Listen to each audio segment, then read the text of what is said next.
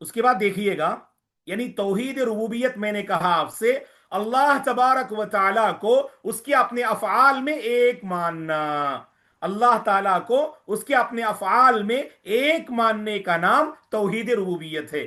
وہ پیدا کرتا ہے، وہ کھلاتا ہے، وہ پلاتا ہے، وہ عزت دیتا ہے، وہ روزیاں دیتا ہے، وہ کائنات کی تدبیر کرتا ہے، وہ کائنات کا نظام چلاتا ہے۔ یہ سب جو کچھ دنیا میں ہو رہا ہے، سبحان اللہ، یہ سب اللہ کے حکم ہی سے ہے، اور اس میں اللہ اکیلا ہے، اس میں اللہ یکتا ہے۔ یہ عقیدہ رکھنا توحید ربوبیت ہے۔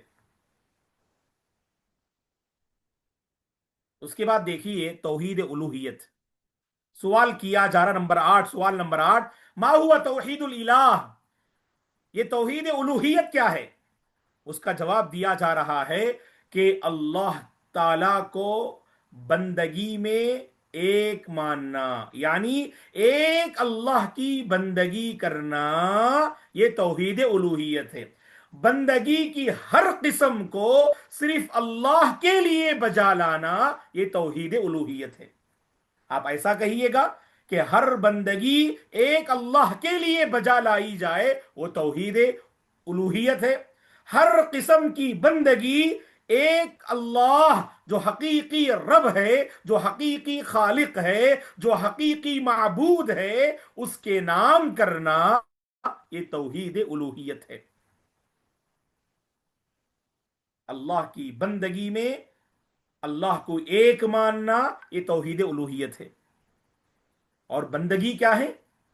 اللہ اکبر، ڈرنا یہ بندگی ہے، امید کرنا یہ بندگی ہے، دعا کرنا یہ بندگی ہے، نماز پڑھنا یہ بندگی ہے، اور اسی طرح سے ذبح کرنا یہ بندگی ہے، نظر مانگنا یہ بندگی ہے، یعنی قربانی دینا یہ بندگی ہے۔ عبادت کی جتنی قسمیں ہو سکتی ہیں، عبادت کے جتنے ٹائپس ہو سکتے ہیں، ہر قسم کی عبادت کا مستحق صرف ایک اللہ ہے۔ یہ ایمان رکھنے کا نام توحید الوہیت ہے۔ اللہ کی خاطر آپ کسی عبادت میں اور کو شامل مت کیجئے، یہی تو شرک ہے، یہی تو شرک ہے۔ اور یہ ہضم ہونے والی بات نہ تھی مشرکین مکہ کو، یہ ہضم ہونے والی بات نہ تھی۔ وہ تو 360 بتوں کی پوجا کرنے والی قوم تھی۔ عرب کی سرزمین میں سب سے پہلے عمر بن لحی نے یمن سے ایک بت خریدا اور اسے لا کے نصب کیا عرب کی سرزمین میں۔ ہبل نامی بت، ہبل نامی بت سب سے پہلے عمر بن لحی نے عرب کی سرزمین میں گاڑا، اور اس کی پرستش کی شروعات کی اس نے۔ اس لیے صحیح بخاری کی حدیث ہے، اللہ کے نبی نے فرمایا صلی اللہ علیہ وسلم نے، میں نے عمر بن لحی کو جہنم میں جلتے ہوئے دیکھا، لِأَنَّهُ أَوَّلُ مَنْ سَيَّبَ السَّوَائِبَ۔ اللہ کے نبی نے کیا فرمایا؟ صحیح بخاری کی حدیث ہے کہ میں نے عمر بن لحی کو جہنم میں جلتے تڑپتے ہوئے دیکھا۔ کیوں؟ کیا ریزن ہے؟ یہ عمر بن لحی کون تھا؟ اسی نے سرزمین عرب میں تو شرک کی شروعات کی تھی۔ لِأَنَّهُ أَوَّلُ مَنْ سَيَّبَ السَّوَائِبَ، بت پرستی کی شروعات اس نے کی۔ ہبل نامی بت کو اس نے سرزمین عرب میں گاڑا۔ اس کے بعد ایک ایک ایک بت کا اضافہ ہوتا چلا، اس کے بعد 360 بت وہاں جمع ہو گئے۔ فتح مکہ کے بعد اللہ کے نبی نے کعبے کو بتوں سے پاک و صاف کیا، اور یہ چیز ہضم ہونے والی نہیں تھی۔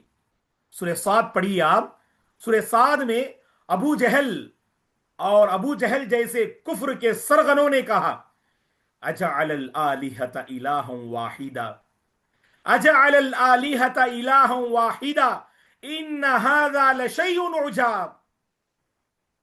ارے اس محمد نے ہمارے جتنے معبودان تھے ان سارے معبودان کو ایک معبود بنا دیا۔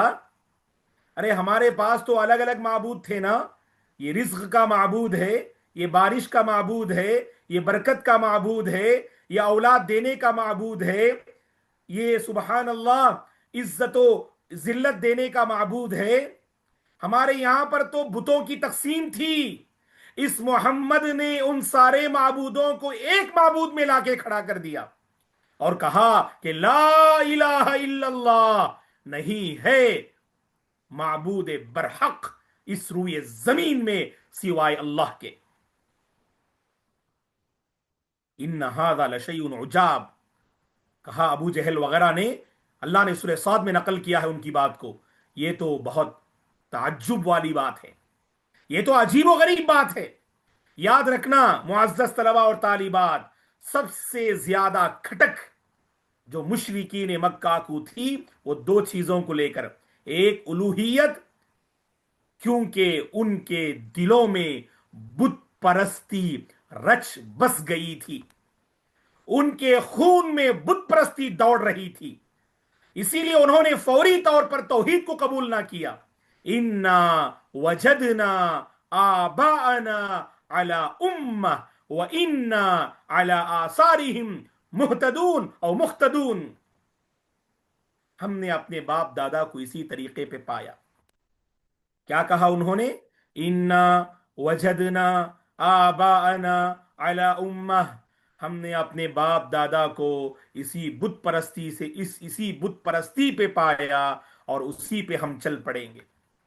دوستو توحید نام ہے اندھی تقلید کا نہیں، توحید نام ہے اللہ کی بندگی پر مر مٹنے کا، توحید نام ہے کتاب و سنت پہ قربان ہونے کا، توحید نام ہے اپنی زندگی کو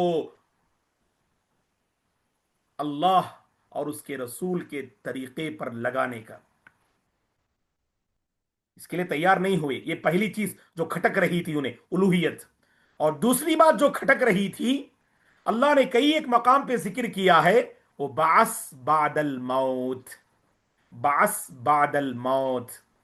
ہمارا عقیدہ ہے جو توحید کا اہم حصہ ہے کہ یہ انسانیت فنا ہوگی، یہ دنیا فنا ہوگی، یہ کائنات فنا ہوگی، پھر دوبارہ ہم زندہ کیے جائیں گے، میدان محشر میں جمع کیے جائیں گے، وہاں پر ترازو قائم کیا جائے گا، جنت و جہنم کے وہاں فیصلے ہوں گے۔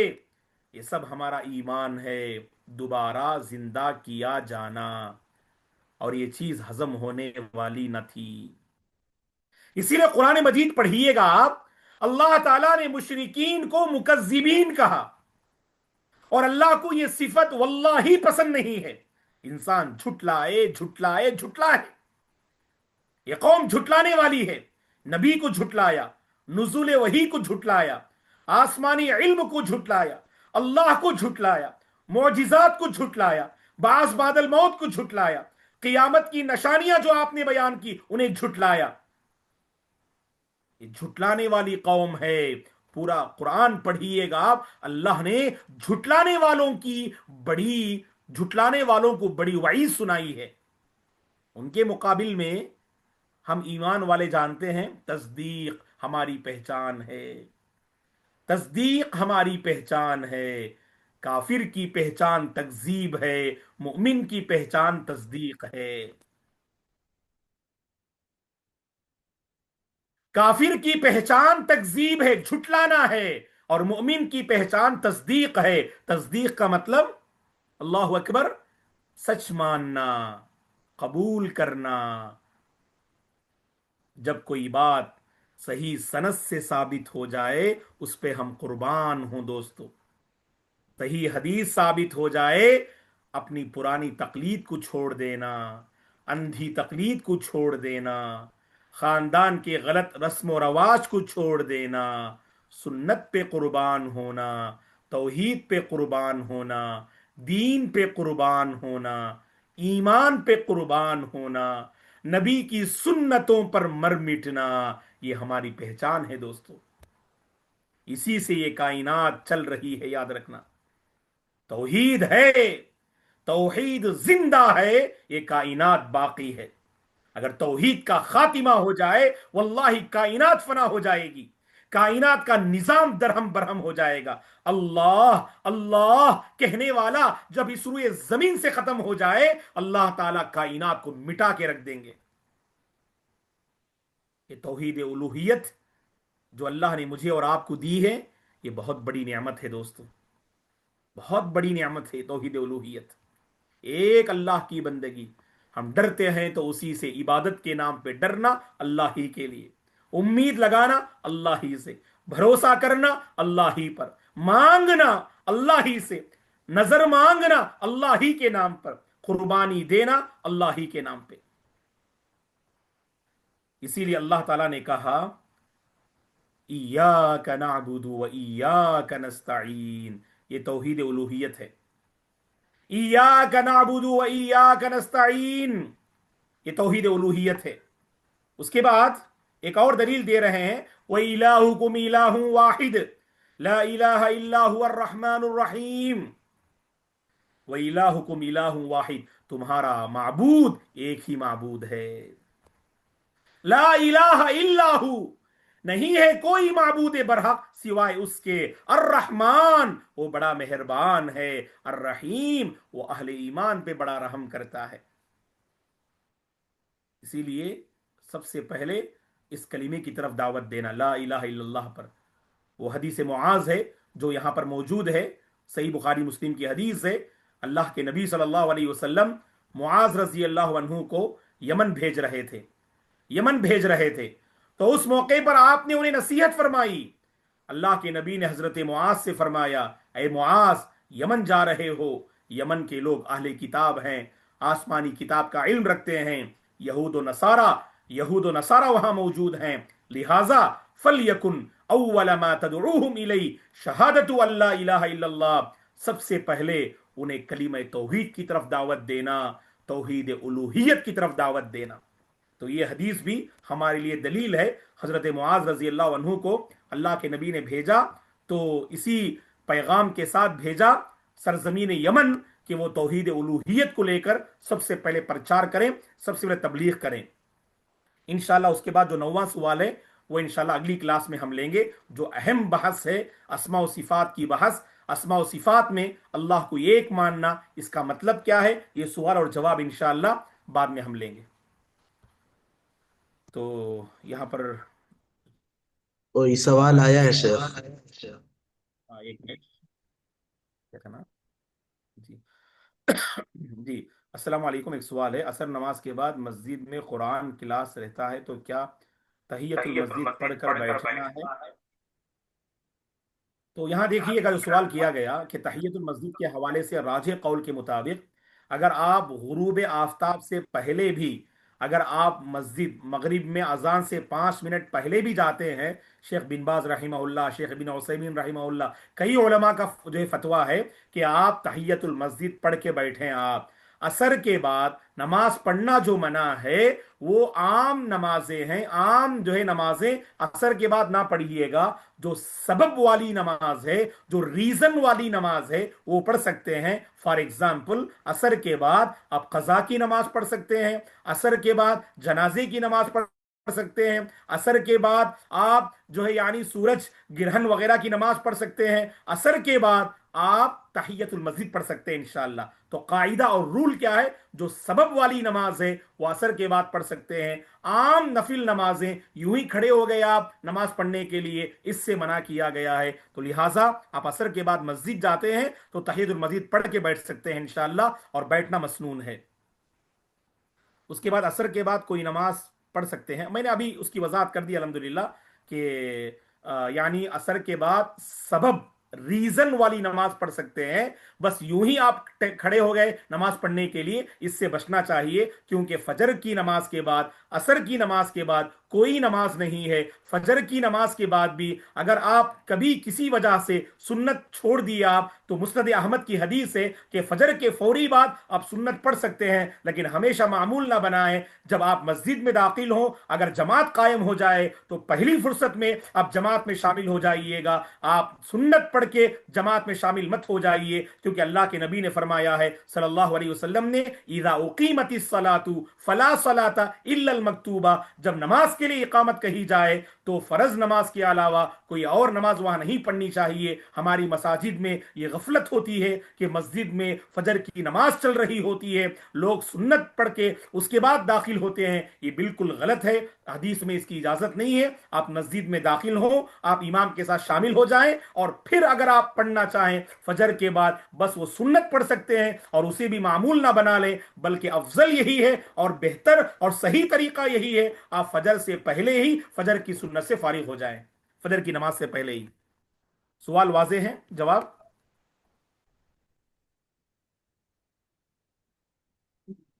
یہی سوال تھا شیخ، اور سوالات نہیں ہیں۔ اچھی بات۔ اور اپنے نبی اور رسول کا جو فرق بتایا ہے وہ تھوڑا اور ڈیٹیل میں سمجھائیے۔ ٹھیک ہے، اب ڈیٹیل میں شاید 1.5 منٹ ہے، انشاءاللہ بتائیں گے وہ۔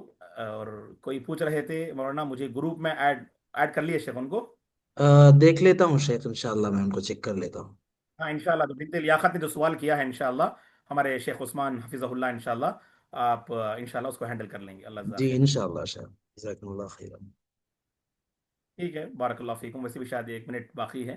اللہ تعالیٰ سے ہماری دعا ہے کہ پروردگار ہماری اس بیٹھک کو قبول فرمائے، اللہ مرتے دم تک ہم سب کو صحیح عقیدے پہ باقی رکھے، علماء کی صحبت، علماء سے علم حاصل کرنے کی اللہ ہم سب کو توفیق عطا فرمائے، اور جو کچھ حاصل کر رہے ہیں اللہ میرے اور آپ کے حق میں اسے صدقہ جاریہ بنا دے، ہر فتنے سے اللہ ہم سب کی خصوصاً اس نئی نسل کی اللہ حفاظت فرمائے، نوجوانوں کی اللہ حفاظت فرمائے، ہمارے بچوں کی اللہ حفاظت فرمائے، اللہ تعالی ہم سب کو دین پر ایمان پر باقی رکھے، حسن خاتمہ نصیب فرمائے، جب ہمارا خاتمہ ہو اللہ کلیمے پر خاتمہ نصیب فرمائے۔ جزاکم اللہ خیرہ و شکرا۔